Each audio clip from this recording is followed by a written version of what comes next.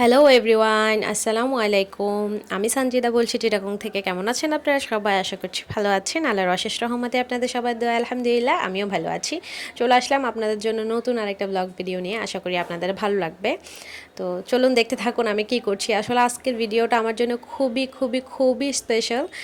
আসলে আমি আপনাদেরকে কিভাবে বলে বোঝাবো আমি জানি না। আমি মা হিসেবে নিজেকে এতটা প্রাউড ফিল করছি, আসলে মানে সেটা বলার ভাষা রাখে না। একজন মুসলিম মা হিসেবে আমি নিজেকে অনেক মানে কি বলবো, আসলে আমার বলার ভাষা নাই।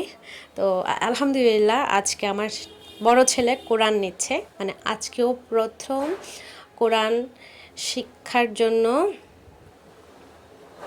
এক মানে পড়া শুরু করবে আর কি। এতদিন তো নাজারা পড়েছে, যারা হাদিসি লাইনে পড়েন ওরা বুঝবেন। তো আমি সর্বপ্রথমই চলে আসলাম ওর জন্য একটা কোরআন কিনতে, মানে ওদের মাদ্রাসায় যে টাইপসের কোরআন পড়ানো হয় তো ওইটাই আমি কিনে নিলাম।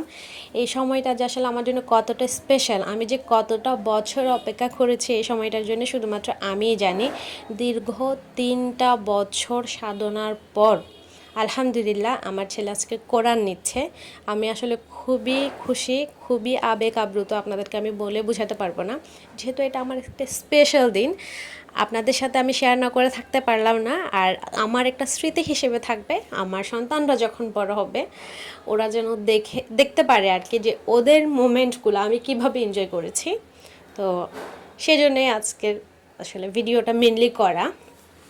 তো আমার ছেলে যেহেতু প্রথমবারের মতো কোরআন নিচ্ছে, তো ওর খুবই ইচ্ছে ছিল ওর বন্ধুদেরকে, ওর শিক্ষকদেরকে মিষ্টি খাওয়াবে। তো আমরা হচ্ছে হাইওয়ে থেকে লাড্ডু নিয়ে নিলাম। ওরা হচ্ছে প্রায় 75 জনের মতো, মানে ওদের হ্যাবসো বিভাগে আর কি। পুরো মাদ্রাসায় সবাইকে খাওয়ানো পসিবল হয়নি, তাই ইচ্ছা থাকলেও পারেনি। বাট ওদের বেচের যতগুলো আছে বাচ্চারা, আমি ওদের জন্য কিছু নেয়ার চেষ্টা করেছি আর কি আমার সামর্থ্য মতো। তো যেহেতু ছেলে চেয়েছে যে সে মিষ্টি খাওয়াবে, তো মিষ্টি, তারপর হচ্ছে কেক, কলা এগুলো নিয়ে গিয়েছিলাম। তো আমার ছেলে খুবই খুশি।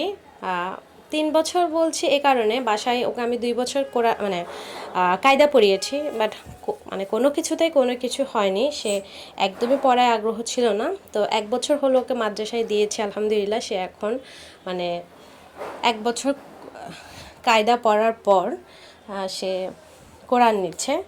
তো আলহামদুলিল্লাহ আমার খুব গর্ববোধ হচ্ছে। আমি একজন মুসলিম নারী, একজন মুসলিম মা হিসেবে আমার খুবই গর্ববোধ হচ্ছে যে আমি আমার ছেলেকে যেই কারণে দিয়েছি, যে ইচ্ছে বা যে নিয়তে দিয়েছি, আল্লাহ পাক রব্বুল আলামিন আমাকে আস্তে আস্তে সেই লক্ষ্যে হয়তো পৌঁছে দিচ্ছেন। তার জন্য আল্লাহ পাক রব্বুল আলামিনের কাছে হাজার লাখো কোটি শুকরিয়া আদায় করছি।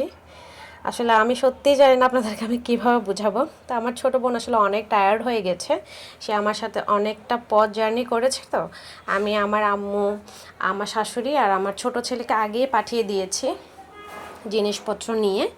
তারপর আমরা আরও টুকটাক কিছু কেনাকাটা ছিল ওইগুলো করে তারপর মাদ্রাসায় গেলাম। তো আমাদের একটু জার্নি হয়েছে। তো আমার ছোটো বোন আসলে বসে পড়েছে, সে অনেক ক্লান্ত। তো সবাইকে একটু নাস্তা করিয়ে দিলাম।